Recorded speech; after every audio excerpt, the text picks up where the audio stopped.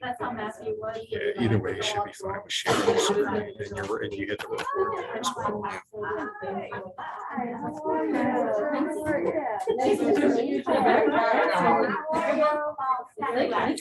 Let's just double check. You're definitely recording from this device too. I'm sorry. Sharing, just double check. Oh, it's recording, so yeah, we're good. Okay, good, awesome. Thank you. I really appreciate it.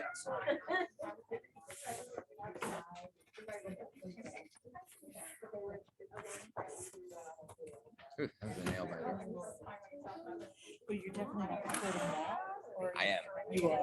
So The other one was stopped. okay. Yeah, and it's So I made me No, real no, no. nervous. I was like, oh my god.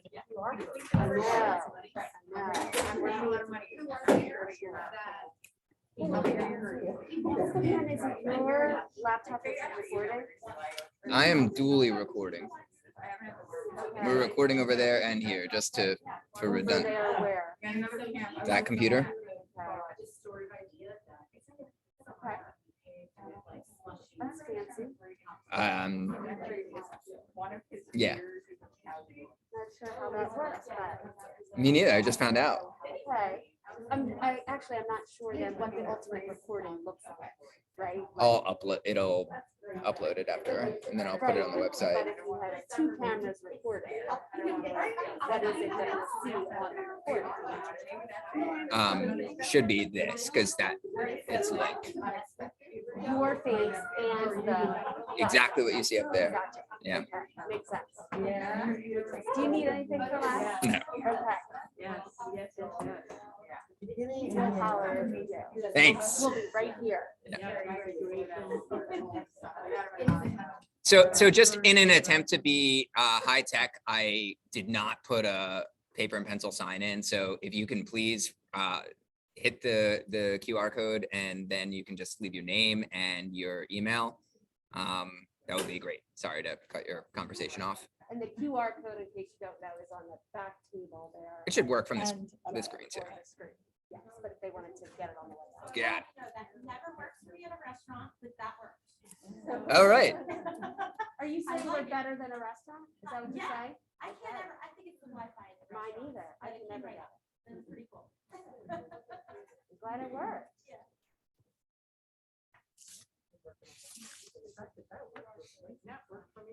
Now, does it work off? Can you do it off of the projector as that's the real test? Oh.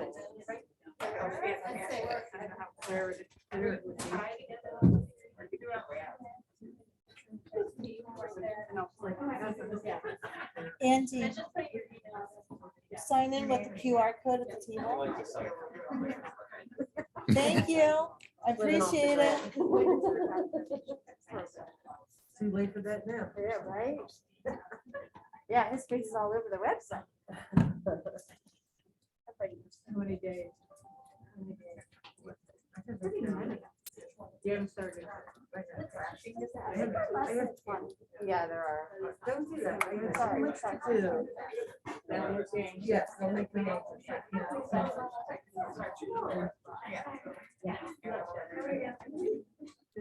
Just going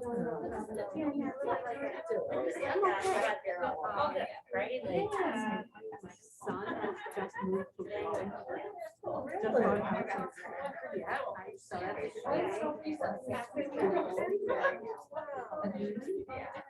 yeah, that's very exciting. Like a mile away. I saw that. Teacher postings.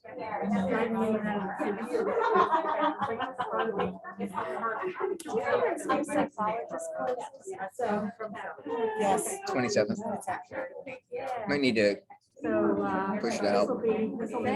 I don't know. I haven't seen much. You looked it up. I get the emails, and my tally is small.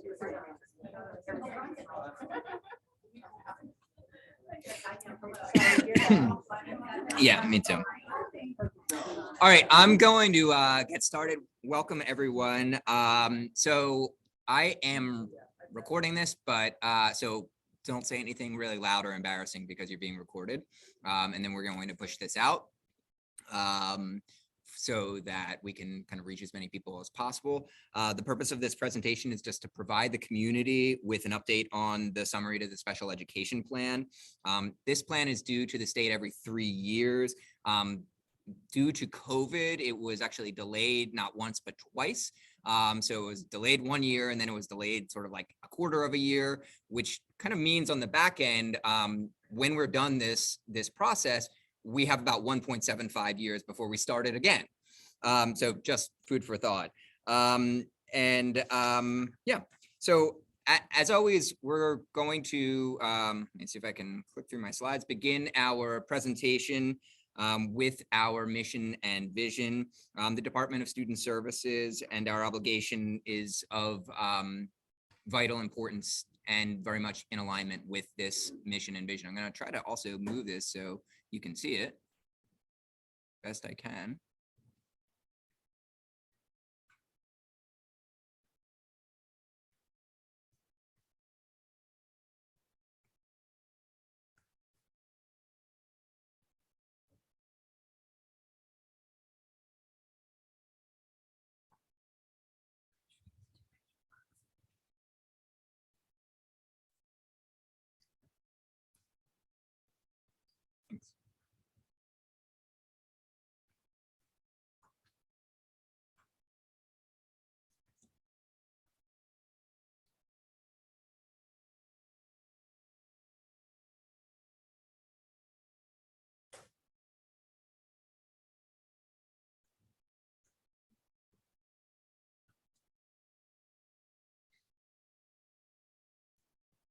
So I want to draw your attention to this because it resonated with people, particularly community members at one of our meetings.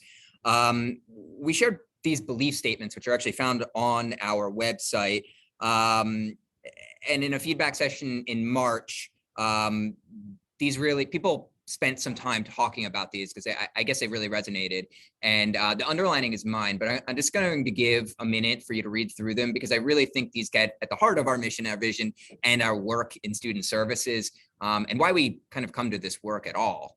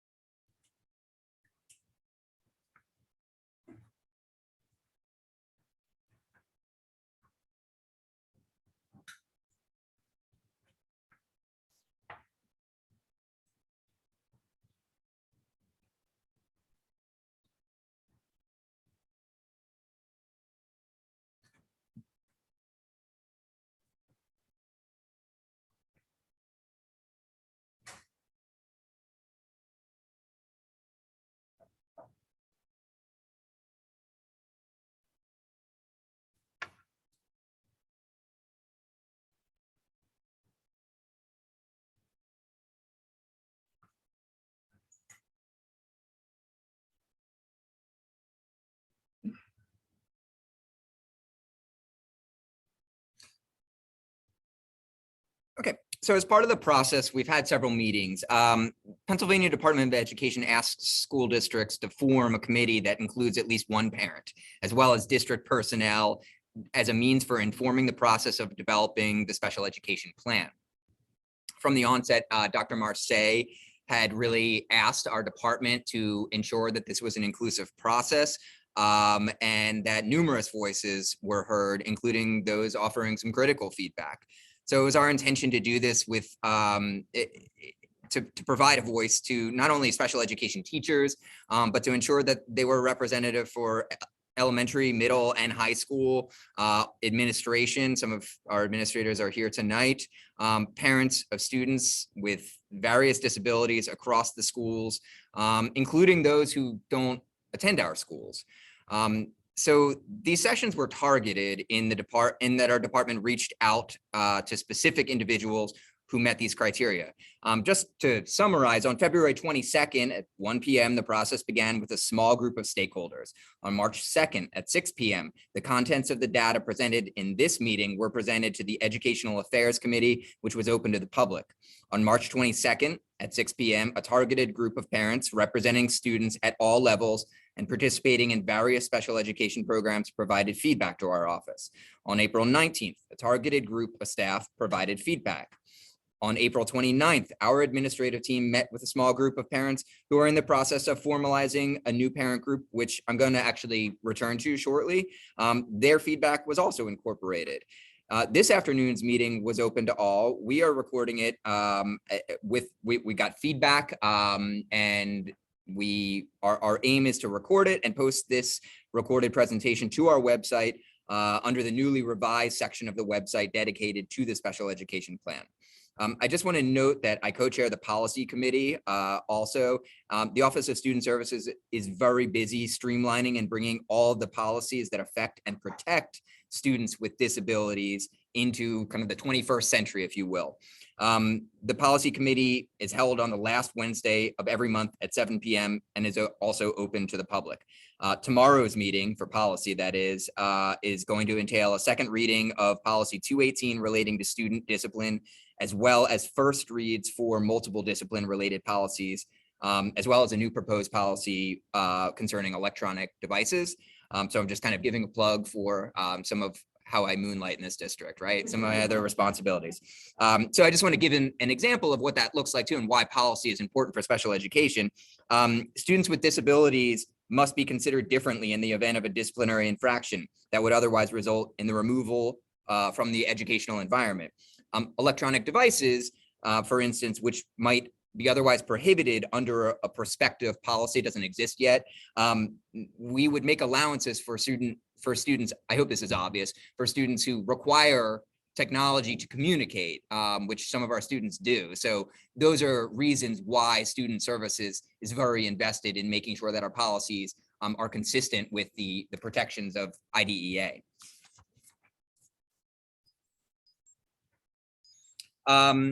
So at our session so far, we've presented data that's informed our thinking, particularly concerning the district's challenges related to the provision of special education through this sort of simple lens of an overview, where we've been, where we're headed. We're going to follow that this afternoon. For those of you new to this conversation, we're just going to begin with an overview. To that end, this slide's title is probably a misnomer. This list contains programs that the Office of Student Services oversees. What is it, though, that our office actually does is probably a more appropriate question. In short, and this is my definition, Student Services does or should offer programming for students whose needs are just not being met in the absence of that programming. So this presentation concerns special education under the Individuals with Disabilities Education Act, or IDEA. But we also do oversee the legal accommodations required under the ADA, the Americans with Disabilities Act, or Chapter 504 of the Pennsylvania School Code. We ensure the accurate identification of gifted students under Chapter 16 of the Pennsylvania School Code. We provide counseling services to all students, regardless of whether they are disabled. We implement related services such as speech, occupational, and physical therapy. We ensure that a continuum of critical nursing services are provided, and that school psychologists have the tools necessary to meaningfully identify students in a timely manner, also known as child find. That's our child find obligation. I want to pause right now and to say that I'm one of the newer members of this team to this district. This work's really, really important. What we do is also really broad in scope. We would not be able to do any of this work were it not for the outstanding people, some of whom are here today, but in the office within which I work.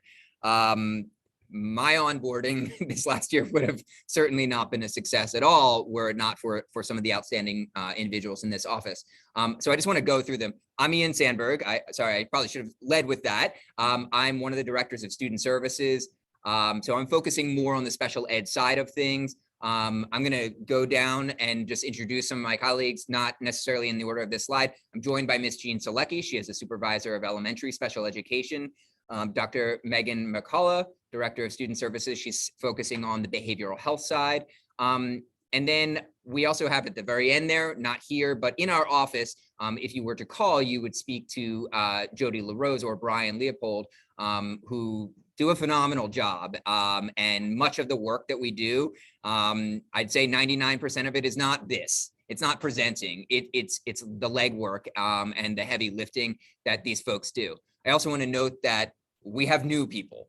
So if you were at our legislative meeting last night, 2 individuals listed up here were appointed as new administrators. So Christina Lewis is a supervisor, will be a supervisor of elementary special education, supervisor of secondary special education in July. Sorry, I got that wrong. Gave me a heart attack. Yeah, you're being switched. Sorry. You're the first This is, yeah. one. We're going to talk a little bit about communication. So that was not, please don't see that as a harbinger for how our communications run. Leslie Shoud is also going to be joining us for as a supervisor of counseling and wellness. Did I get that title? I did. All right. Yep. So we are certainly lucky to have these new individuals. But again, with respect to institutional memory here, we are very lucky to have the folks we have already here. Okay, so as we drill down just a little bit on the data related to our programs, I just want to draw to your attention the fact that, again, we do a lot in our office. It would be difficult for any student, in fact, in this district to move through this district without having either benefited from the work of student services or specific to our work here today, required it under the law in order to receive a free and appropriate public education, or FAPE.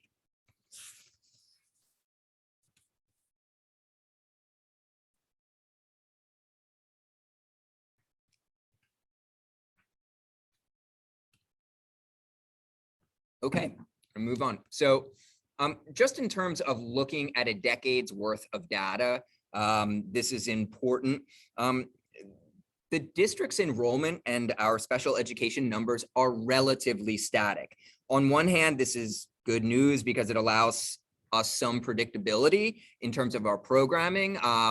We are not a district that has massive population influx and outflux as well. So it's good from that perspective.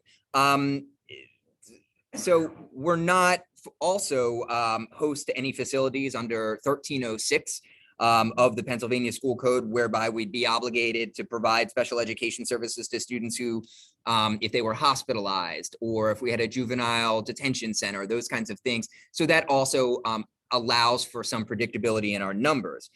On the other hand, because of our relative small size, a small influx of students does actually kind of alter our numbers pretty quickly. So you can see, you know, I think if you were comparing us to a district like the School District of Philadelphia, or Central Bucks that has 17,000 some students, you know, you probably would be less likely to see a 4% difference like you see in that sort of last column on the far bottom right there. That being said, all things told, we are a relatively static district, numbers wise. The breakdown of the numbers is mostly aligned with the breakdown of the state. So as is typical, the majority of students eligible for special education fall under the category of specific learning disability, or SLD, which is about half of our students. Under IDEA, just bear in mind there are 13 different disability categories. Students can qualify for special education under multiple disability categories. So in an attempt to not muddy the waters here, these numbers are only the primary identification. A primary disability category of other health impairment makes up a little less than 1/4 of our students with disabilities, and what we refer to as low incidence disabilities sort of kind of fill out the rest. Autism at 13%, emotional disturbance 6.9%, intellectual disabilities and students with hearing impairments make up 3% or so. Just note that we have 34 students who participate in we're a host to IU programming for the deaf and hard of hearing. They're not, those 34 students who are not residents are not they're not included in sort of this breakdown, just to be clear. Okay, the district is currently invested in an equity audit, if you haven't heard. So we are attempting to recognize and address the systemic barriers that prevent all students from having meaningful access to success. This is especially true in the identification of students with disabilities. So I just want to draw your attention to those first two lines there. I think that's reddish pink. Whereas 7.1% of the district students are Black or African American, double that percentage makes up our special education population, meaning that Black and African American students are disproportionately overrepresented in special education, double. On one hand, the district has a child find obligation, right? We mentioned this before. We have a legal requirement to identify students with disabilities in a timely manner. On the other hand, there is a lot of reasons to scratch our heads here and believe that special education identification, even if legally required, is providing a reactive remedy to a systemic problem that is well underway long before a student is evaluated. Along these lines, 9% of the district students are Asian, and yet 4.2% of students receiving special education are Asian, meaning that Asian students are disproportionately under-identified for special education. White students are identified for special education slightly below their proportion of the population, and Hispanic students are slightly overrepresented. Those two categories are a lot more in alignment than are Black, African American students and Asian students. We started the presentation off saying that our office is critical to the mission and the vision of the district. As the district continues to pour through its work and its findings from the equity audit, our office in particular has to ask the prevailing question: for which students is the current system benefiting, and why? I'm going to return to that.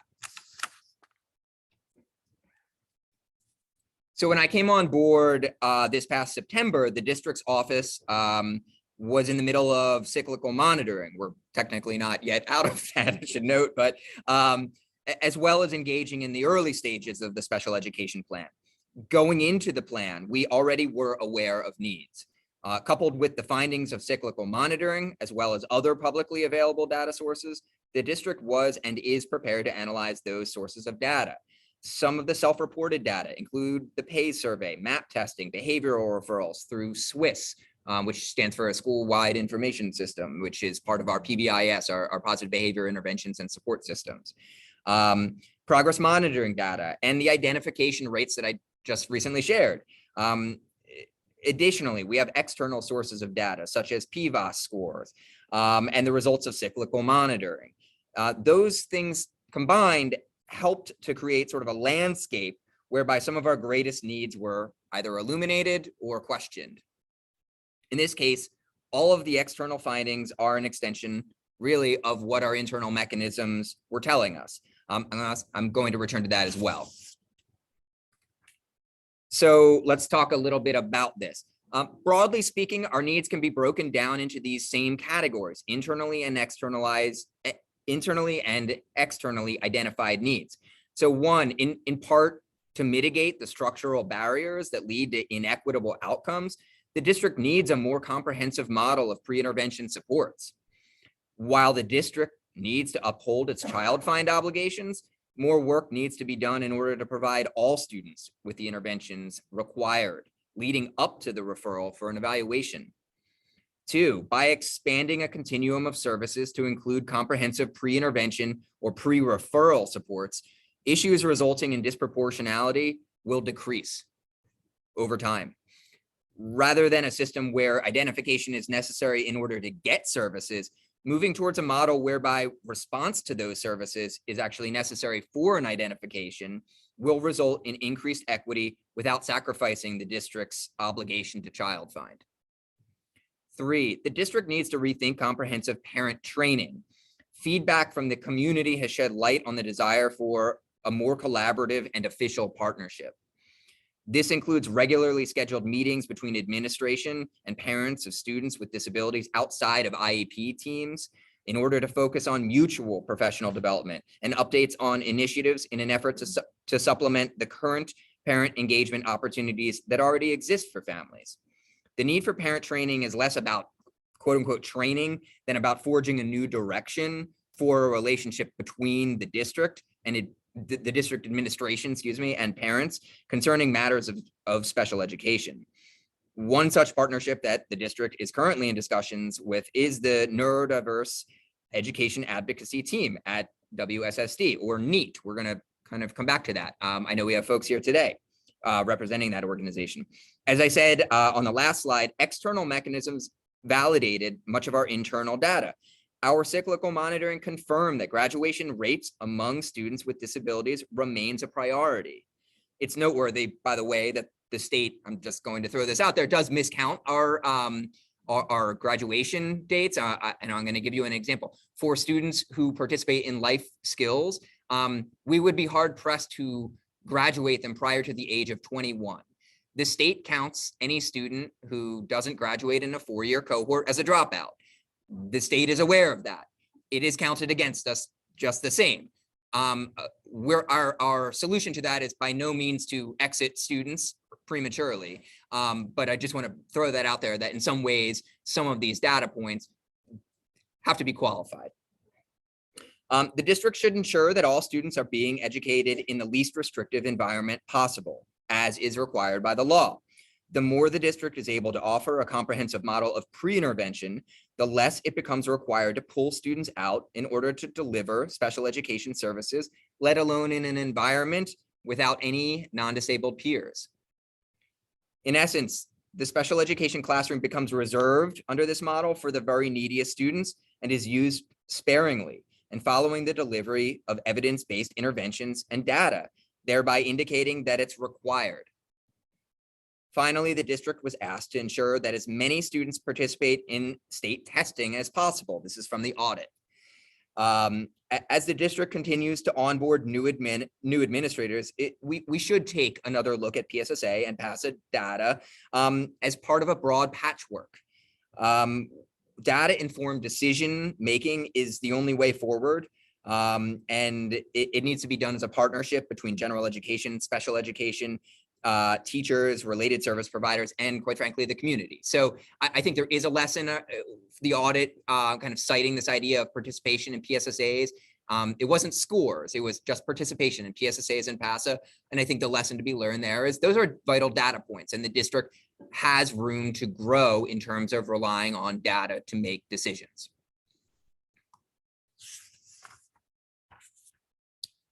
Okay, as always, the district has challenges that need to be considered.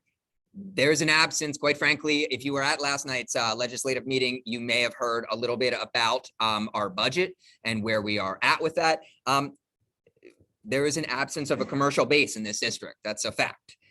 Special education is notoriously costly, which further underscores the importance of using it in a highly targeted fashion. The district needs to use its facilities in a targeted fashion as well. We already have quote unquote hub programs whereby students of low incidence disabilities attend school at an elementary building that may not be their neighborhood school. And we do this to capitalize on resources where the infrastructure in those schools is already intact. So rather than have 3 students and 1 teacher in each of the 3 buildings, we can have 9 students and 2 teachers in 1 building and really keep all of our related service folks in that 1 elementary building. That is about resources and just priorities. So efforts to streamline staff so that WSSD also, other efforts include streamlining staff so that WSSD has greater oversight of more of its professionals. This is critical. It's already underway. The district's going to move, for instance, towards a speech and language department next year that is 100% WSSD employees. It's working to identify services that require third-party contractors only because those services are so seldom provided or so hyper-specialized that they are necessary. The district has little choice then but to subcontract in those areas. But in all other areas where opportunities exist to bring more employees into the fold as district employees, where we can have greater oversight and uniform standards, we aim to do so.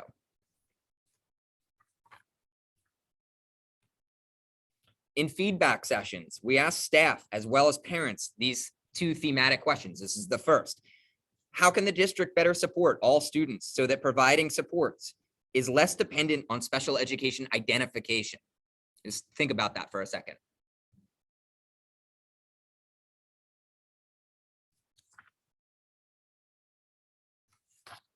And second, how might the district promote neurodiversity so that it is viewed more as fundamentally important to the community and less as a subset of the community?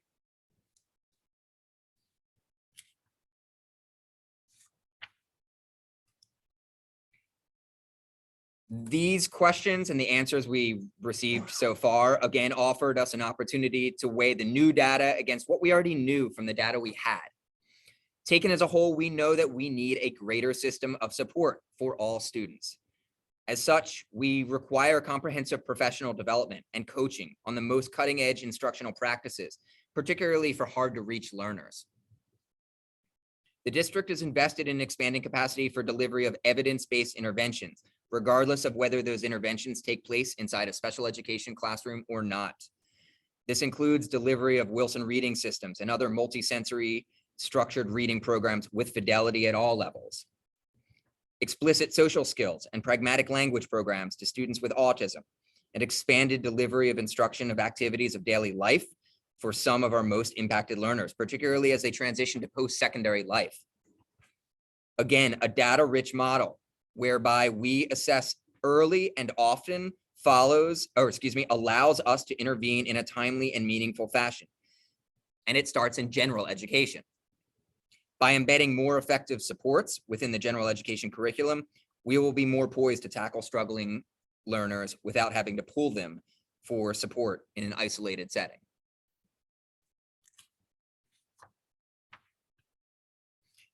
Along the lines of establishing a meaningful relationship with parent groups, the importance of communication in general cannot be overstated. The district's currently amid a communications audit.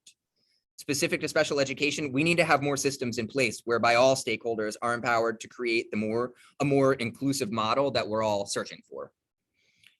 So I mentioned, we are in contact right now. We're consulting with one parent group who I know members are here tonight, but NEAT, we look forward to using that partnership in an authentic fashion so that we can better communicate with, and I can go off a little bit on a tangent. It was not my intention to record this meeting until members of that organization brought it to my attention that was not a convenient time of the day to have a meeting. I think because of just that nascent relationship that is just budding right now, we were able to arrive at maybe an imperfect solution by recording this, but also talk through the issue. And if need be, we will have follow-up sessions so that we can get the message out and make sure to take feedback seriously and often. So in summary, the Office of Student Services aims through this plan to improve communications, expand professional development in terms of evidence-based interventions for all staff, align our practices so that they reflect a unified WSSD brand, rethink inclusion to expand more meaningful access to all students in the least restrictive environment, and cultivate relationships with a myriad of stakeholders. In the next month, you will see on our website that the Office of Student Services is going to post the plan using the template that's provided to us by PDE. Then it enjoys a month-long period for comment and review.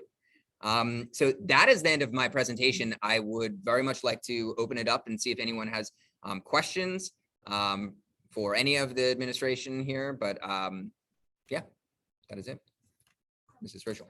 The plan itself will be available for month, and then it's due on July 1, so we'll get it on June 24th. At the end of June, excuse me, at the beginning of June, it will, when is it July? It is on, prior to submission, it is on the website for 1 month for review. So it's prior to submission. It's on the website, is not in a submitted state. It has a period of 30 days where it has to be viewed. Will you guys let us know as soon as you post it? Absolutely. A lot of members here today really wanted to see the plan. I mean, they love Sure. this is how you Yeah. keep rolling up our sleeves to write the plan. Yeah. But the wanting to see the words on paper and the transition plan. Sure. That we're providing the reading and the remedy and programs is what they really want. Sure. So the PDE template, I would say is probably not nearly as user-friendly as the presentation that was just given, but I will, like, there are parts of it where we're measuring classrooms because it's an assurance. We provide assurances to the state that we have not moved special education classrooms out of the ebb and flow of kind of normal building operations. So I'm operating under the assumption that you're not eager to see, like, is this room 12 by 18 foot? But I understand in the spirit of transparency that we will provide the answers to the questions such as, what is your model for disciplining students with disabilities? Oh, the district relies on positive behavior supports and interventions, right? Those kinds of things. Yes, like the link that when we met on April 29th, and we had other plans that we were looking at. Sure. And discussed wanting some of this information to be a little bit more clear and transparent than what this programs look like. Sure, thank you. Yes, I'm sorry, in the pink, I'm sorry, I don't know your name. Go back to that, sorry. It's not good. Can you go back to the slide with the race ethnicity? You got it. Okay, so, you talked about this came from our audit, our diversity audit. Okay, good, because I know it didn't, I know where it came from because I have the data. So going into this process, you knew the high percentage of Black students that are represented in our IDEA population, correct? Okay. What was the breakdown? How did you reach out to parents of Black students who fall into the IDEA? What percentage of parents of Black students were involved in this planning process? What percentage were talked to? Because your comment about Black students was really disturbing on this slide. Your comment was something along the lines of, because I don't have a plan to write things down on, my apologies. Your comment was that there are things that happen before school starts and interventions aren't done. So I want to be really clear, because I'm a data geek and I've looked at all the data, and I know in our district, what we are learning from our test scores is that it actually has to do with income. And I still haven't seen anything in our district that shows anything related to race and ethnicity and income.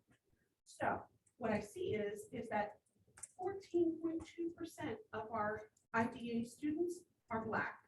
I also happen to know our disciplinary data, and that our Black students who fall into the IDEA are much more likely to have the police called on them and have severe disciplinary action. So what percentage of the parents that you consulted for this plan are parents of Black students?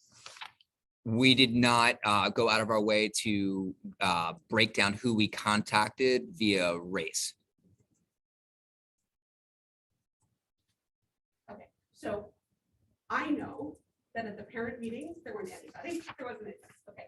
And I'm looking on the room and, hello, I may be the only parent of a Black child who falls under the IDEA who are here. Now, I know that there's lore in our district that Black parents don't show up to meetings, but it would seem to me that if we have 14%, the highest percentage of our IDEA students who are Black, that you wouldn't even produce a plan, nor make the comment that you made, without talking to a significant number of Black parents. Because I need to tell you, like, at least from my perspective, and from the Black parents that I know, whose kids fall into the IDEA, what you're saying about not having early intervention or problems before they get to school, like, that's not true, and that's racist. I'm not sure if that's what you took from what I'm saying. I'm not making a connection between Black parents and not having resources. So how are we understanding that the highest percentage of our kids that fall under the IDEA are Black, understanding that there's a significant relationship between Black students that fall under the IDEA in our district and disciplinary procedures, but you're creating this strategic plan without any parents of Black students? Like, that feels like a miss. Okay, thank you. So are we talking at all about how we are protecting our Black students who fall under the IDEA? I would invite you to come to policy committee tomorrow evening. Trust me, Yeah. any place I'm invited, I come. Yeah, The it's, problem is I wasn't invited to your meetings. I didn't know about them until after they happened, and I was told there were no other Black parents there or parents of Black students there. So any place I'm invited, please know I'll come. yeah, well, 7 PM tomorrow evening, we get to talk about all things discipline, and that is very much I'll do in that. alignment with, yeah, what you're But- talking about. But this is, it's my job, like, because I'm a parent of a Black student, to keep raising this flag, because I feel like we have had this data for years. We've never done anything about it. Ever. And like, it's exhausting. My kid's in middle school now. I've been having these conversations for 6 years. But still, we still have issues. And we're creating a plan without any Black parents or parents of Black kids involved. I don't understand how we're still doing that. Thank you. Would you go to the slide talking about the extracurricular activities? Uh, There was one that said something about extracurricular activities. I'm not, It was one of the last slides. Okay. It was under the recommendation. Here it is. So my two questions. One is pertaining to this, including an extracurricular activity. If you would elaborate on that, and I don't know, I know most likely specifics are not going to go into the plan, but I'm thinking more along mentorship programs, and obviously Best Buddies is always on my mind because I think it's an amazing program for both the students who are in it and the students who are the buddies, not only while they're in school, but transitioning out of school and then later in life. I think it builds, especially in this post-COVID or pandemic COVID world that we're living in, I think it builds a lot of confidence in both the young adults and students who are the mentors, because I think everybody really needs a confidence boost at this point, but also it really brings those kids that need the inclusion back into the fold. So maybe at some point we can arrive at terminology inclusion so that we live in this utopian society where it's just like we're all accepted as we are. that is an excellent point. I will certainly, I don't want to put you on the spot, Sarah, but if you want to plug for yourself as being a fourth place, having a fourth place team in the state championships for Unified, go for it. Yes, so I'm Sarah Holt. I am a teacher at the high school. I taught life skills at the high school for 8 years and then learning support for 2 years. And I'm going to be back in the life skills program next year. I'm also the Unified Bocce coach. Our team made it to states. We came in fourth place. And for those of you who are unfamiliar with Unified Bocce, it is a unified sport. So that means students with and without disabilities are playing together on the same team, equal numbers, partners and athletes. And that's such a great opportunity for kids, for inclusion and for kind of building those really meaningful relationships without it being sort of like you're saying, oh, it's just this inclusion thing. These kids are competing together and they're really committed to this, and it's a PIAA sport that they're involved in. Part of what Special Olympics wants us to do also is to have a unified club within the high school. And so that is something that, it could be for some schools who already have the Best Buddies program, the Best Buddies program could satisfy that requirement. For other schools who started their own thing and called it something else, it could be called that. I think that we are going to stick to the name of Unified Club for us, and that's something we're going to be implementing next year. It was something that Ms. Creighton and I wanted to implement right as COVID happened, and then she left and things kind of fell off. So next year we're going to be starting Unified Club, which is going to be very similar to a Best Buddies program, but not under that specific organization. So it will be an after-school club that will be an inclusive club for students with and without disabilities to meet together and in an inclusive environment. Is there a reason that we're not looking at Best Buddies? Because they also assist with transition and like after school. I don't know that there is, I think there is a lot of hurdles with that particular program. Just like anytime you go through one sort of proprietary program, like we don't list the student will participate in best buddies per se. That being said, we do put things into an IEP that offer support so that a student can participate in, you know, football or what have you, some sort of thing like that. But I don't know that we have a reason that we're avoiding best buddies. I think it's just we haven't decided to commit to that particular organization. The unified club concept, will that trickle down into all the schools, all the elementary and middle? And I know. So right now, you know, I'm kind of bringing that to the high school. Right. I'm sure that there are opportunities for that to happen. I think that's what Gina, because we have Yeah. children. Yeah. They're first grade, so we don't want to wait until high school to take. And I think that's an attempt. I think, Karen, that's an attempt to mirror competitive sports that are also not offered in elementary, right? Right. So I think it's sort of an attempt to do that. In terms of, you know, opportunities for extracurricular activities at an elementary level, I think that is a really, you know, good conversation to have.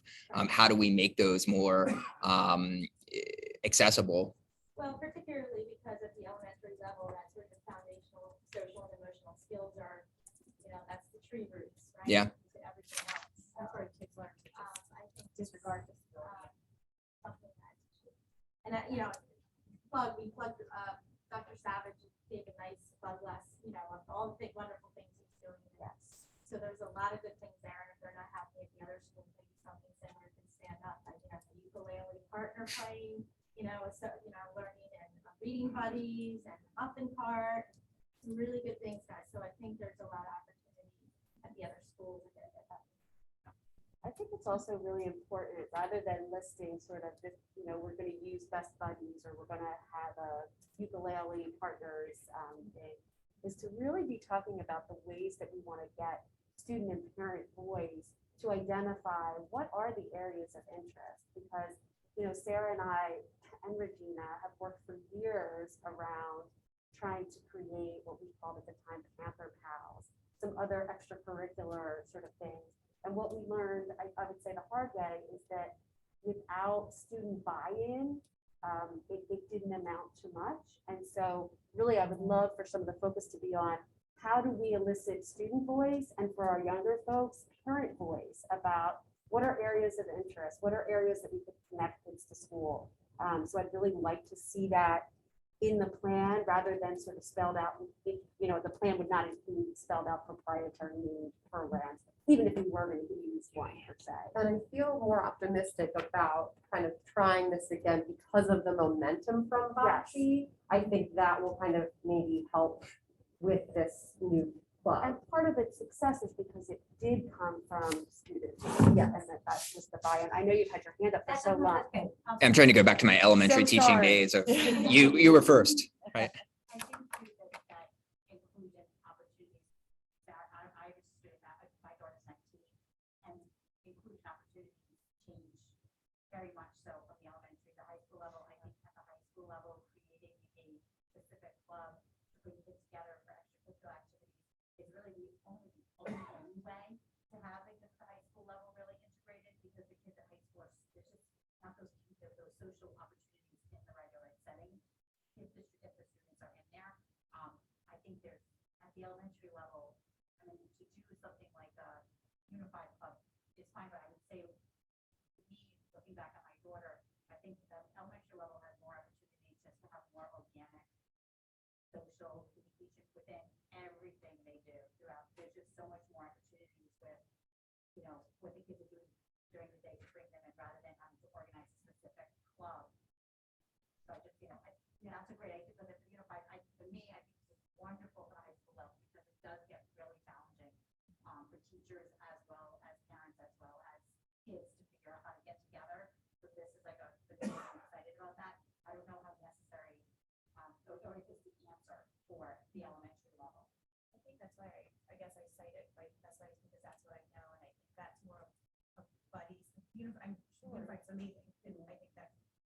And that is a partnership through Special Olympics as well. There is kind of, you know, like a bigger thing behind it. But I guess I was thinking best buddies too, because that is more organic, not necessarily you're in a certain club. It's wherever you are, you have this buddy. And I know kids from going to high school who actually are still friends with went beyond playing a sport or being in a club. So I think, sorry. I think you and then sir, I think in the back in that, or ma'am, I'm sorry, excuse me. And then ma'am, I think right in pink. I'm sorry, I did not catch your name. Yeah, I just wanted, okay. So as the We're that order. sister of a grown Best Buddy alumna, so I want to say this, it fits beautifully with your goal about valuing neurodivergence, because I'm actually really familiar with Special Olympics. My sister also did that as well. But Best Buddies is really special and really different. And she's in her 40s and still keeps up with her buddy. And but my sister was the little buddy, I guess, little buddy, big buddy, what I forget the pronoun. And so it actually, so here's the benefit of not home growing a program, because in my field, I do both.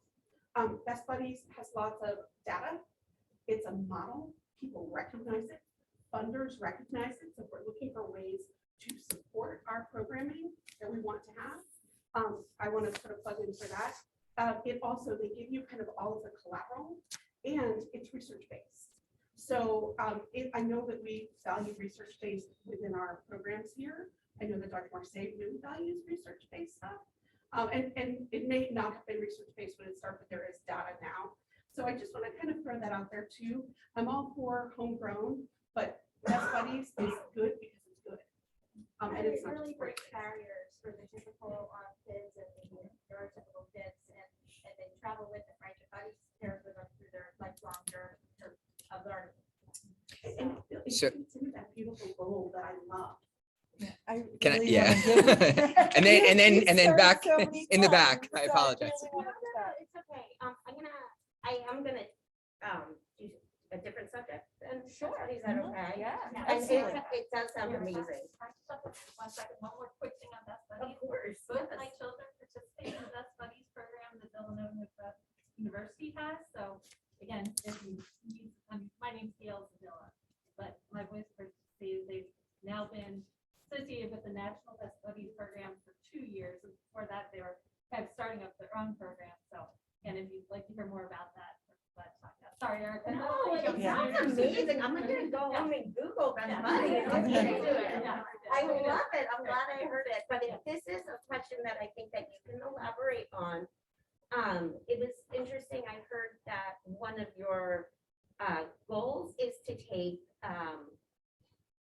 contracted professionals and those that you have a lot of, bring them under the WSSD umbrella. That sounds like that's a clear goal of yours. You know that that's what the district wants to do.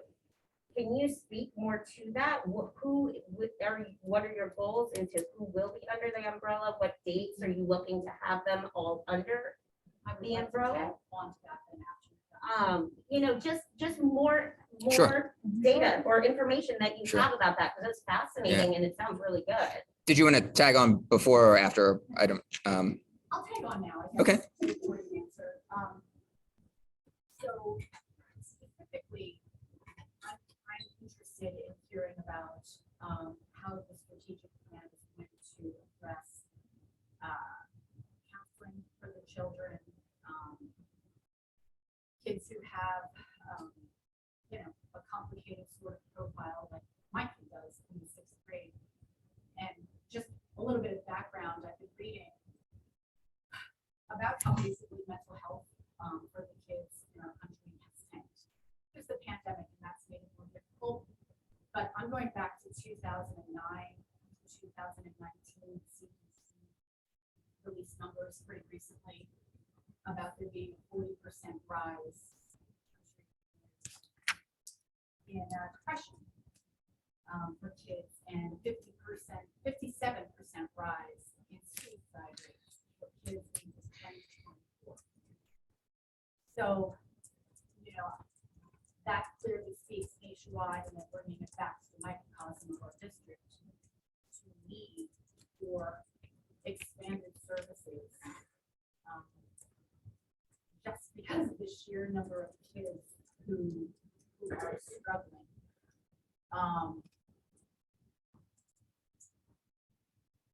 I know that in terms of my kid is in 6th grade, and two of the guidance counselors, the grade counselors, are going to be out for part of the fall for leaves.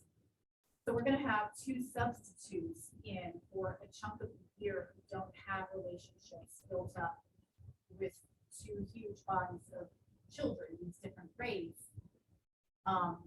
And then specifically tagging on here with the contract players being brought into the district, one of the tier 2 counselors. So my child started at no counseling and then tanked this year to the point where my child is not recognizable. They're not the kid I had a year ago, 3 years ago, and I have a GIPT as well, but that's not a year ago. So there's going to be this caseload of kids who are with the substitute counselors for a chunk of the year, but a specific tier 2 counselor who is a contract player. The contract isn't being renewed. And she has a caseload of 20 to 25 kids. I think she works in the high school as well. And I'll just name her, it's Kim Bean, and she is phenomenal. My older son was at the district, ended up being educated outside of the district, who has significant mental illness. I've been in the thick of it for years and years. I know the counselors, I know the psychologists, and the importance of a relationship of continuity for that trust to be built up. I know the budget for special ed got cut. So I am concerned about, for instance, Kim, how are we going to replace her, those 20 to 25 kids she serves? What's going to take place of that vacuum? Or specifically, is she somebody that we can bring into the umbrella? Because she is, I mean, Steve Kroll, Danielle Bertoni, Kim Bean, I cannot say good enough things about them. They have been wonderful partners to my child, to our family. Keep going back to before the school year even started, getting my anxious kid who is figuring out their identity in for a tour, looking at bathrooms, all of that. But for my kid, for the other kids to get where I'm coming from, Right. That, I mean, it just has to be a crucial important part of the plan. So The mental health. go for it. Lisa, first of all, thank you for saying that in front of this group of people. I think it is such a priority, and I think that it's sometimes hard for folks to be brave enough to talk about this. And yes, I know not you, but I just want to sort of publicly and for the recording praise you for bringing that forth, and thank you so much for singing the praises of the team that's been working with your son. So thank you so much. So just for a little bit of clarity on a couple of things, you mentioned strategic plan, which is more, right, it's more of a district. I just, for the audience, want to make sure we clarify, much more of a broad plan in general. This is very specific to special education and those identified with disabilities. So, however, there is now, and you talked about this crisis that has started many years ago and has only been exacerbated by the pandemic. There is certainly this crossover right now between, and you and I have worked that path pretty hard, right, in terms of special education and mental health and where they meet and where they part, right? So so I don't want to say that it is not relevant to this discussion, because it is. We were provided some extra counselors, some behavioral health counselors with ESSER dollars. And what that stands for, I neither remember nor do I think it's necessarily that important. However, as a result of COVID, we got some additional funding. Yeah, and I appreciate you lobbying for that COVID funding for 2 years. Yes. And I know that was something that you did specifically. Correct. The vacuum that's going to be left behind now. Correct. Yeah, my daughter's in the 7th grade, and it's the same thing. She also sees Christine, and the therapeutic relationship they built is so solid. And then her guidance counselor, Ms. Somsky, is also going to be on maternity leave in the fall. And so there's just and those kids are hot messes every day, let me tell you. We don't need that in a recording. They know, okay. So I want to just be clear that it's not that special ed funding has been cut. It's that the federal government provided money as a result of COVID. And in that time, we were able to get some additional behavioral health counseling. And you are right that those dollars are going away. But what we've done in the meantime, it's really important to understand, is that we have been broadening the tier 1 and tier 2 supports so that less students are needing a higher level of care, right? So we're able to provide supports in a less restrictive way that does not eliminate the need for every student on Kim's caseload. She will be replaced with a counselor that is a WSSD employee who was just bumped to the high school in order to fill a backlog there. But she will be returning to the position she was supposed to be in at the middle school. In terms of school counselors, people go out on leave and that happens. I will say this is part and parcel to why we have administrators stay with a grade. So because they take the lead on helping to connect people as they come in and out, that administrator remains the constant.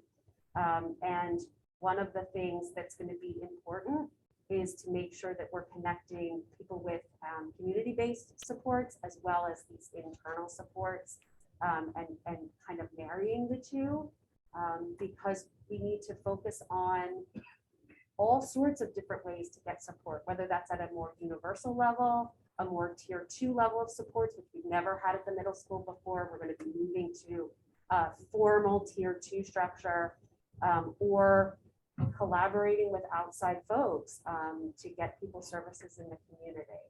So I don't know that answers the contracted question that you raised, but it answers the specific question about a contracted provider that was here with COVID dollars. In terms of the contractors, I know the first the first group that we've worked with was around speech and language pathologists. So we'll be moving those under the umbrella of WSSD. When are those getting moved?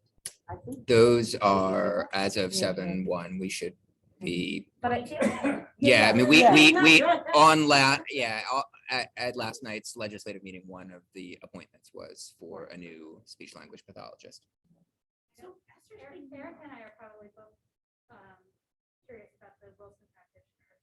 Are you going to be bringing Wilson practitioners to employees in-house? Yeah, it's a totally different issue. We're sending people who we already have who are in the process of getting the full certification. Okay.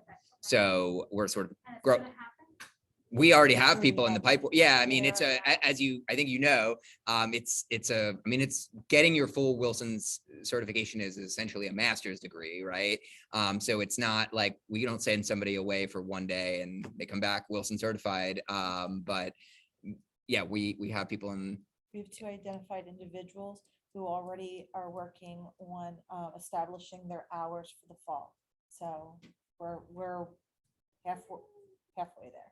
And I was actually thinking about the speech therapist. My daughter is going to be using a speech therapist. The little kindergartner, she's crazy, but good luck to all of you. But okay, so the speech therapist thinks they're coming under the umbrella for this coming year.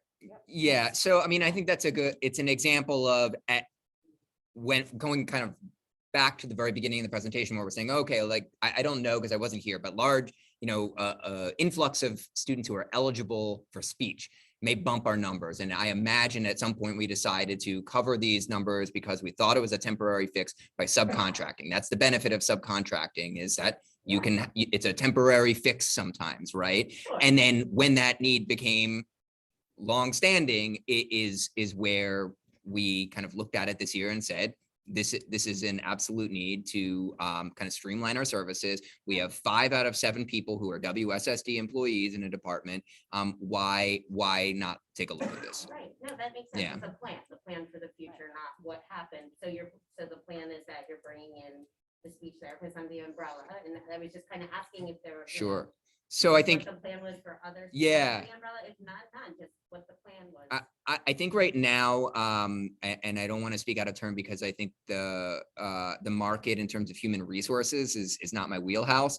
But there are certain positions such as a board certified behavior analyst where our office is looking at, is that an area that we could streamline, not as a cost savings per se, but as a means for having just unified oversight. Like if we were, so currently we contract with different companies for behavioral interventions, but that is one area that we're kind of taking a close look at. We haven't moved in with a proposal yet, but that's one area that we're looking I at. want to get the person in the back who Yeah. had their hand up Yeah. so long ago. It's okay.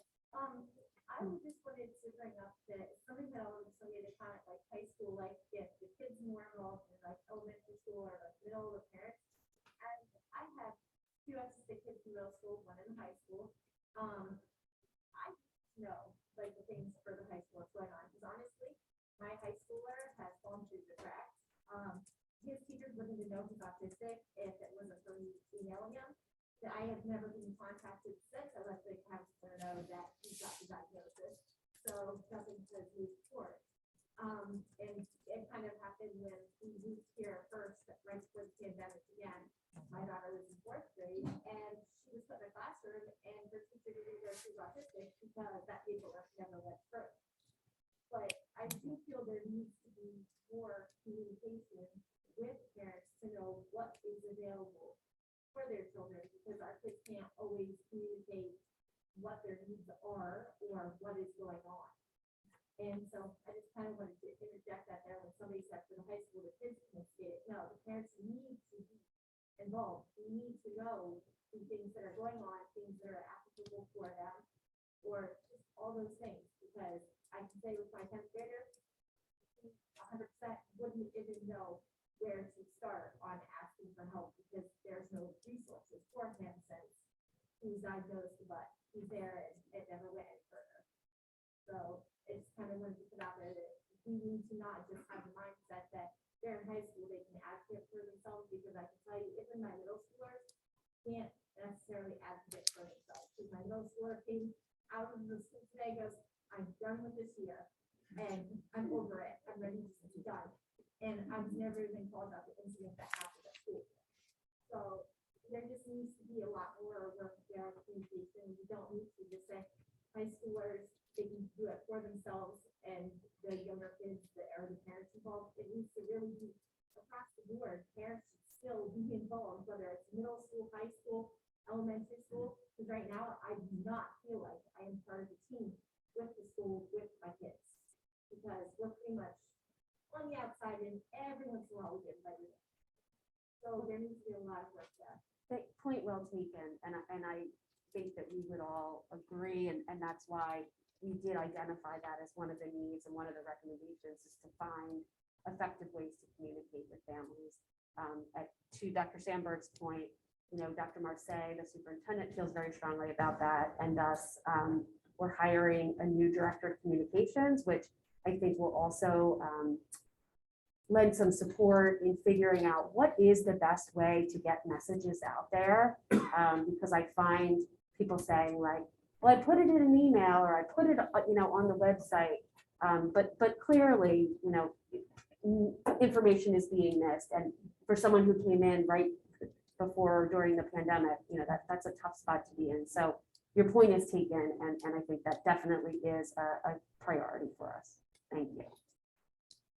Yeah, I have a question, and a totally different topic. Dr. Sandberg, just in all of these slides, I don't think I saw reference to transition. I don't recall if I did or not, but I'm just wondering, is that a focus in the plan as well? Certainly. I mean, I can, Regina, I don't want to put you on the spot. I can, it is, it's a legally required part of every student's IEP once they're going to be 14 or older. I think, I don't know, I didn't actually hear the comment about advocacy. I'm going to kind of mix these two responses, which otherwise have nothing to do with one another. But I think we talk a lot about in this field, explicit instruction for self-advocacy skills, particularly at the secondary level, because it's a legal requirement that we address those skills in any student's IEP when they're going to be 14 or older. Our transition coordinator here, who also happens to be the department chair for the high school special education department, can certainly talk a little bit about what transition looks like Yeah, normally, or more in terms of in the plan, I didn't see it identified as an area for improvement. Yeah. I think there is room for improvement. I know there's room for yeah. I mean, not. I'm shocked to see it not listed as. I think it speaks a little bit to the previous comment, which is it does relate actually to subcontracting. So we rely heavily on the Delaware County Intermediate Unit for a number of transition services. We're not looking to eradicate them, but I think we are looking to internalize wherever possible. Can we work on ADLs, right? So daily living skills inside our high school. So that is certainly a need that will be addressed. Regina, you can chime in anytime, but I know that is also a concern held by a couple of people here tonight. How do we generalize skills related to cooking, self-care, cleaning for students without having them go to alternative programs? Yeah, and that's not how I view it at all. I mean, I'm thinking of it in terms of, frankly, I don't want my son learning how to cook or clean in school. That's my job. Okay. So what I want is for us to have a conversation that makes sure that the educational content that he's receiving is setting him up for success at East High School, which is the textbook definition of transition planning. Sure. So I'm interested in the plan, and I'm not interested, like I say, I love him doing the cooking class, the actual formal class with all the other kids. Yeah. I don't want him doing a separate class Sure. on anything, frankly. I don't want him Sort of doing transition more broadly from post-secondary all outcomes. of it. So what I want to see, Mrs. Smalley, is that, every child has their own individualized transition plan. And I think that we try our hardest to make sure that we're hitting individual needs. So, we can set up broad spectrum of, services or, this is how we do it, but doesn't meet our kids' needs. So we try to take very individualized students. What does this student need? What are their goals? What are their outcomes for after high school when they're 21? And honestly, what I try to do is work backwards. Where do you see your child at 21? And then we need to work a plan backwards to make sure that they get to where they want to be. Right, and I totally agree with you. My point is just that, as you mentioned, Dr. Sandberg, that should start at 14. And we haven't yet done that really with my son, he's 16. I mean, it's just sort of a vague conversation. So my point is just, that's what I'm thinking in terms, I'm just saying there's room for improvement in terms of the planning so that all the years of high school are leveraged to maximize the output at the end. So that's And really that's, good input, and there's a whole section in the special ed plan about transition. So just because it wasn't mentioned in any of the focus groups specifically and didn't make its way to a slide, there is a large emphasis in the plan. So once it's posted, we would welcome feedback on That's the great. Yeah, I actual just wanted to plan make sure part. it was Yeah, Thank you. right. I So get it. And Sarah and I, one last on transition, Sarah and I are also working this summer on writing a scope and sequence for low incidence students for transition. So we'll be doing research and kind of doing that. But like I said, it's not everything that's always like concrete, and it's like, everything moves and everything goes individually per student. So Mr. Roberts, I haven't heard from you. I just saw, I didn't know if you had a comment that was. So thank you. I really appreciate this work, and I think I was at a higher level question about where this plan fits in the larger planning of the school district, because I think there's a lot of really wonderful aspirational pieces here. And you really close with some big themes, right? So thinking about inclusion, thinking about neurodiversity, thinking about where the setting is going to be for classwork. But I also heard you talking about the kind of segregation that happens because of resource consolidation.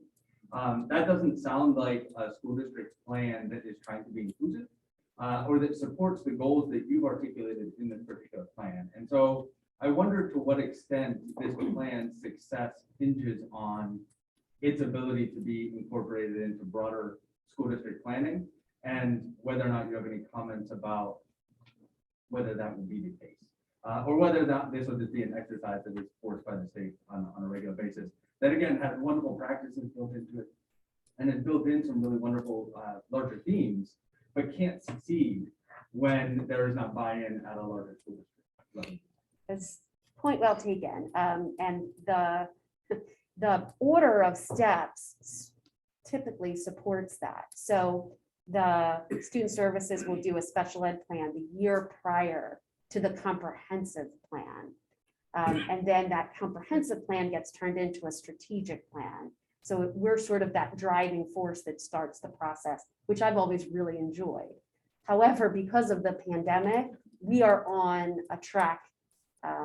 We are on a parallel track. So the curriculum office, general education, if you will, is completing their plan at the same time that we're completing our plan. So what it's going to take is just a little bit of an extra work to make sure that both plans are represented in the strategic plan. And the timing on this has been a little bit unfortunate.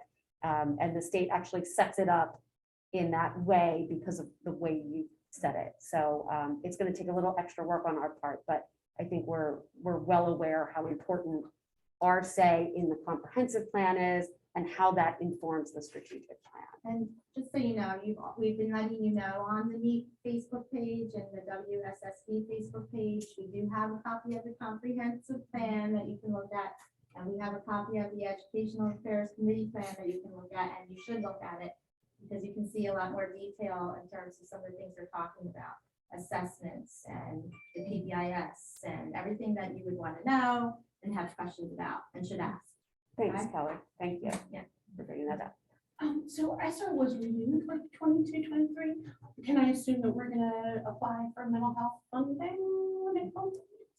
So apply does not mean that we will get it. And that is a question I can certainly loop back with our business office about. My understanding is that the money was received and could be used over a 2-year time, not that there would be 2 influxes of payments. I think actually there is. So And there is a that's- union payment and mental health is one of them. That's Oh, it just happens to be my area of interest. So that's a grant, different than ESSER funds. The grant, we have definitely applied for both of the mental health grants, yes. So Dina's a NEAT member and a grant writer. so- Awesome. I happen to get stuff funded in Philly, so I can send you what I have. Yeah. And certainly share with you whatever I have. 'cause I do Yeah, I create think fund we've programs. applied for both of the eligible grants, but if you think that there's one we maybe didn't, then send it our I way. do happen to know, I don't know if you applied for it or not, but I will send it. Also, I just want to, I hope that we're having an internal BCBA, we will certainly prioritize hiring a person of color, particularly someone who is Black, considering what we know about our population. Right? Thank you. Can I, I you, was just going to say something about the transition part. I missed the first 10 minutes because I couldn't get my time. So I don't know if any of it had been covered then, but for transition also, I think there needs to be a little bit more communication. I have an 8th grader going to the high school next year. We had an IEP meeting. He was there for 1 minute because he was out sick.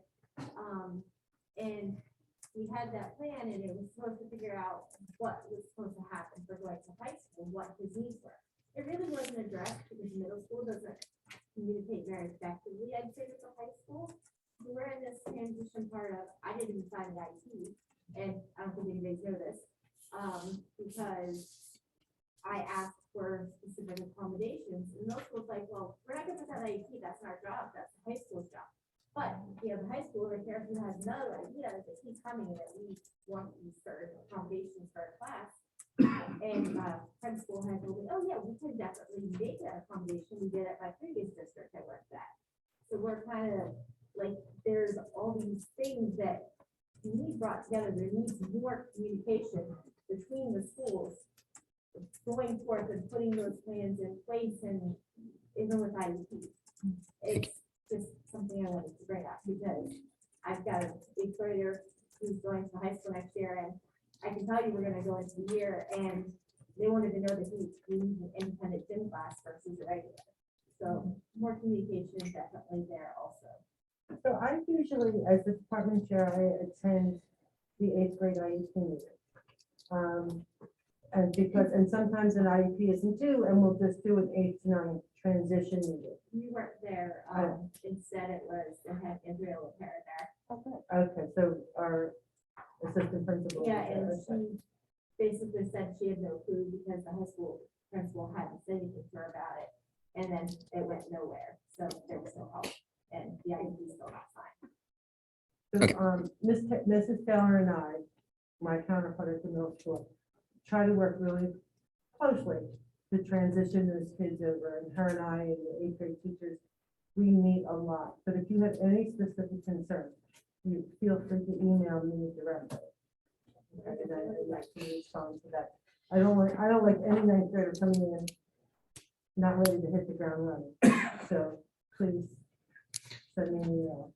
I don't think we heard from you. I'm sorry. Yeah. Please. No, I wanted, there was a little bit of mention about support and getting that more in the general ed, but what about curriculum and looking at, I know one thing that we've experienced in transitioning to middle school especially is kind of the shock of kids who have IEPs not getting access to foreign language, as well as just things that are more, if we were looking at universal design for learning, things that were, I've seen quizzes and tests were like, well, she has SDIs for this. Oh, but the curriculum committee approved this quiz, so we can't change it even though she has an SDI. So has there been a look at curriculum to bring in universal design principles to benefit all students, but especially also our students with IEPs from a curriculum lens? What's kind of the conversation there? The conversation is certainly always centered around special education can only sort of be as great as sort of the general education kind of dictates it. The more narrow the scope of general education, the more special education sort of has to get bigger, right? And sort of fix. That's not a knock on general education. I mean, I don't see them as different silos, but I think we, particularly at the secondary level, see a lot of structural barriers of that, to your exact point, I couldn't even come up with a better example. I think those are perfect ones.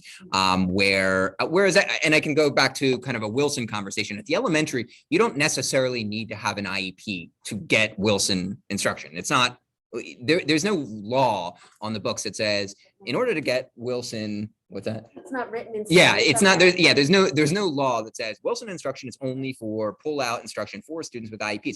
And in many elementary settings, we pull students out and some of them are disabled, some of them are not. And sometimes we might bring it into the classroom, but at the secondary level, you don't see that model typically. And there's a whole lot of reasons why, particularly there's an emphasis on rigor and credits, right? And that just exist at the high school in particular. And the middle school sort of looks at itself as a ramp to that experience. But I mean, I think your points are excellent. I don't have any great answers for you right now in terms of how they'll be solved, but I think there are discussions. We have a new secondary director of curriculum that's onboarding. We technically have a new, she was here, a new elementary director of curriculum as well. I think it's important that, they're at the table for that conversation. So thank you. Well, just real quick to follow up. Sure. Are there actual curriculum pieces in this strategic or this plan or no? It asks very general, the template provided by PD, and it will be up for 30 days. So you can see it will ask pretty general questions like, what continuum of services is offered, which offers kind of boilerplate language. I mean, in my opinion. You shouldn't look at it. Absolutely. Okay. Yeah. Yeah. No, thank you. I appreciate that. Comprehensive plan, by the way, real quick, the comprehensive plan, Ian, this is a question for you, kind of piggybacks off what you just said. It's as good as the general core educational, curriculum. That's where we start. And I don't know if I see, there's no names of, there's no representation from special ed, providing input into the comprehensive plan. Or is there and you're not listed? So because we're on parallel tracks, Yes. we're sort of meeting together at the end of both processes. At the end, I mean, the planning should begin in the beginning. And And only because they're trying to, with the audit, they're trying to, fix that, and everything they mentioned is targeting the three populations, the underprivileged, the Black and Yep. brown, and Yeah. kids with IEP. So everything they're suggesting is about our kids, our audience, and yet we have no representation in the comprehensive plan. Just because our name isn't on there Okay. doesn't mean that we're not Yeah. Right. large Because parts of there's these so much discussion conversations. about assessments and Yep. but there's a lot of talk about the assessment tools used, but not the actual program. you know, so I think this is what this team wants to Sure. know. One thing I Hi. would like to know, you mentioned make sure we have Black representation across. Also, when we're talking about neurodiversity, making sure that if we're doing trainings like on autism, you should probably come to someone who's autistic. Making sure that we reach out to those individuals that are out there. There are advocates and trainers who are autistic out there, and they should be the ones speaking, and we should be pushing them forward. We tend to hear a lot of non-autistic people talking about being autistic when they're not autistic. And we need to be cognizant of that in our planning for training for teachers and parents as well. Thank you.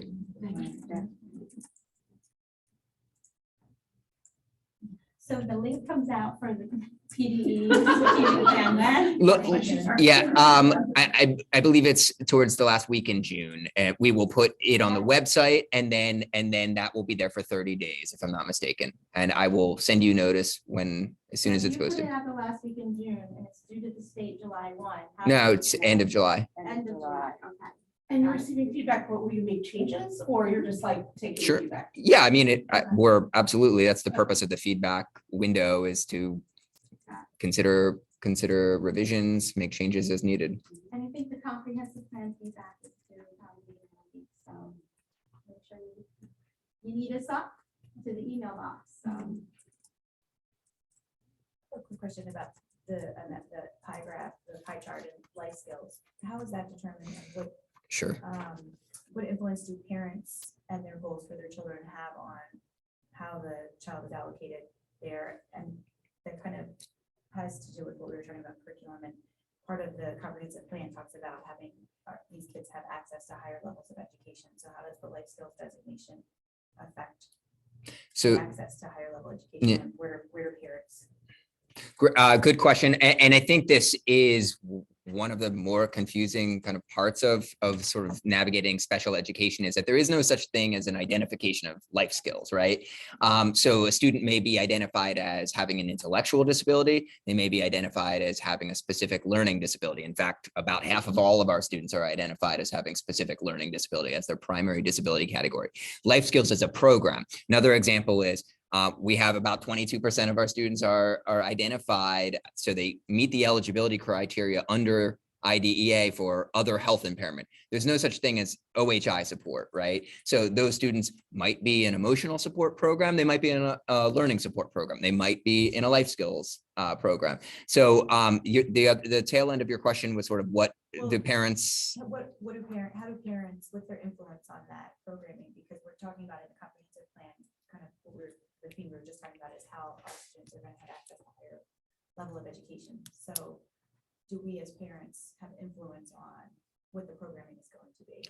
I would say parents at every IEP team are a very important part of that IEP process. It is intended to be as collaborative a process as possible in terms of parents having influence over whether the name of the program, kind of like, is this going to be a life skills program? Am I catching that question correctly? Okay. Yeah, because I see that that's part of the comprehensive plan, is that these students, our students will have access to higher levels of education. So, you know, like I know that they won't necessarily have a language. Will they have science? Will they have history when they get to high school? Depending on what their programming is. Sure. So I think, again, I would just say that parents, are an important voice at an IEP team. It's hard to say some sort of like a hard and fast rule for every case. I think, and I would also, just in terms of focusing on the names of the program, life skills, this is learning support, this is emotional support. Please don't take this to mean that it doesn't matter what the name is. It does matter what the name is, but it doesn't compare to the substance of the IEP. What are the services being provided? Whether we call it a learning support program or an emotional support program, what matters is that the student has individualized mental health counseling if they need it, right? Those are kind of the important questions. Like I said, my daughter's in the life skills program, and I think, when we talk about kids needing access to the ABLs and the cooking and cleaning, I know some families are going, I wouldn't want my child to do that, but for, that in the life skills program, ABLs and adaptive skills are a big reason why you would be in that program. So some kids need that, but not all kids in the life skills program are going to work on those ABLs. I think the reason why there's a big push for that to be included is because it's not present right now at the high school. And so there are kids with life skills, but there's no opportunities in the building to work on your ADLs. And so parents like me that do want that piece for my daughter, as I see she's transitioning to 21, and I want her to work on that, they haven't had the opportunity to work on that in due diligence. But not all kids, and there are plenty of parents that don't want their kids doing ADLs during the school day, and their program looks very different than my daughter. But all those opportunities need to be available for kids that qualify for that program. And right now, that full range has not been available in the building. That's, I think, what my question So is. it's not all kids that come in are going to be doing like washing clothes, and doing that just because those facilities will exist. But there are kids that do need that. Thank you.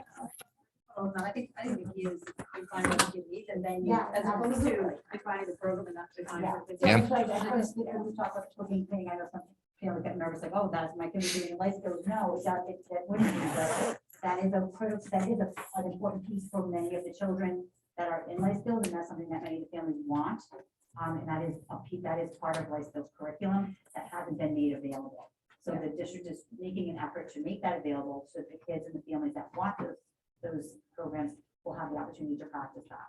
Can I So just by make one no other means would comment? every kid in life skills have to I have know. wash clothes I in know. school. I just kind of think one other comment, I don't know what it's about, I've heard a few times that kids not having access to languages. And I don't know why that would be the case. I mean, they have to have access to everything. I know my son is in life skills and as on the life, and people with the same disability as him can speak up to 40 languages. I speak multiple languages. I think he'll probably end up speaking multiple. So I just. Yeah, I so don't know why that's a thing. there is not, just to be clear, there is not a rule that because a student has an IEP or because they fall into a certain support category that they cannot take a foreign language.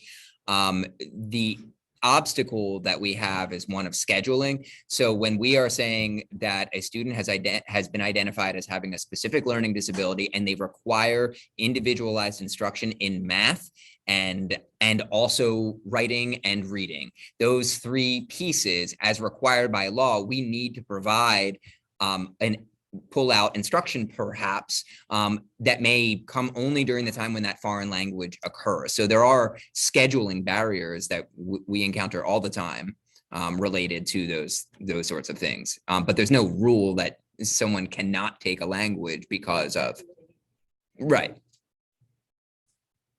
My question's about 120s Mhm. and if they're now going to fall under what Erica was saying, and asking about, now as district employees. I mentioned that my son has had a Genovi aide. He had another aide at the start of this school year. She left in December with a week's notice and never said goodbye to him. And then ended up with a building aide from the middle school. So someone, we love her, she's phenomenal, but has no training in autism, no training in, how to help him focus in the classroom. How does she get training? So- to do that? Because Yeah. he's really struggling in his mainstream classes because she doesn't know how to help him. focus Yeah. in a mainstream science class. He's failed every single science test this year. And we study with him. It's just a block where he has to sit at the computer and go through Yeah. multiple choice questions. It's overwhelming to him. And we're just not getting the support beyond. His learning support teacher, his case manager is phenomenal.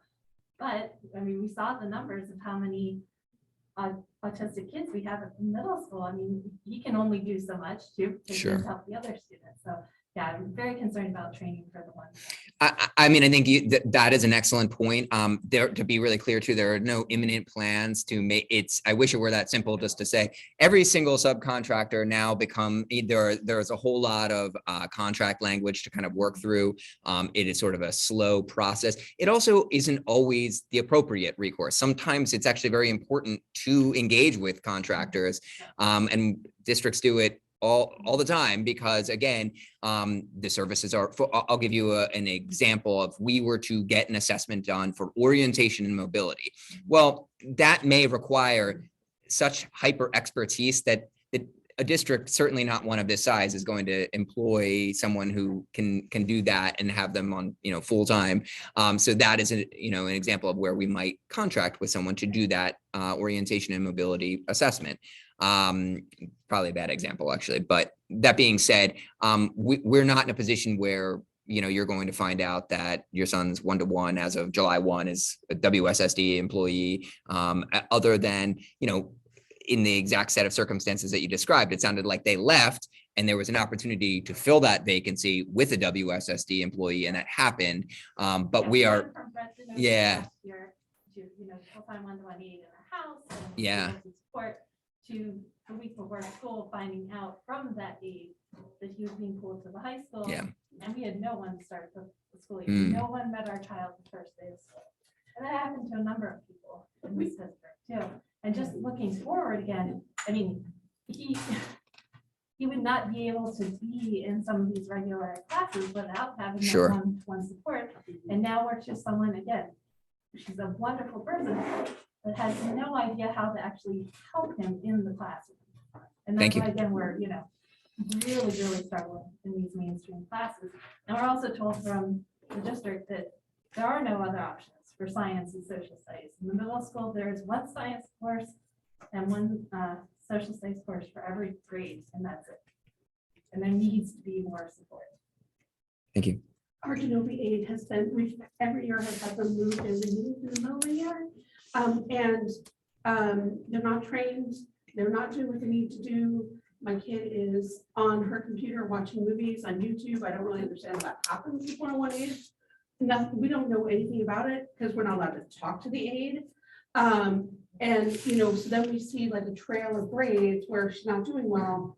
We say like, what's going on? Oh, well, I just watch YouTube. And I forget to. So, like if my kid has a 101 aide, and I clear also that often they don't understand the IEP, or they don't know the IEP, or I don't know what's happening. But when you transition an aide just randomly in the middle of the year to the high school, which also happened to us as well, we are the contractor, we are paying Genovi, and there are certain things we can write into a contract because we are in fact the customer. And so I don't understand like why I've heard this story so many times and why that happens and why the aides aren't trained, they don't understand the IEPs. And by the way, you can also write in to have him take his exams on paper. I just want you to know that. Oh, yes. Okay, thank you.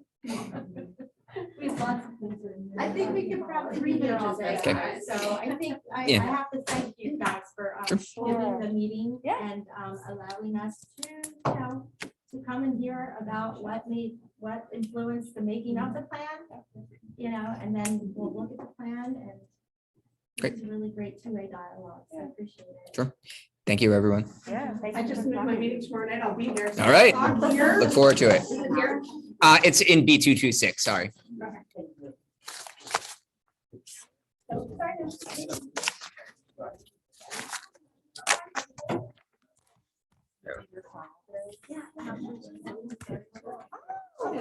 Okay,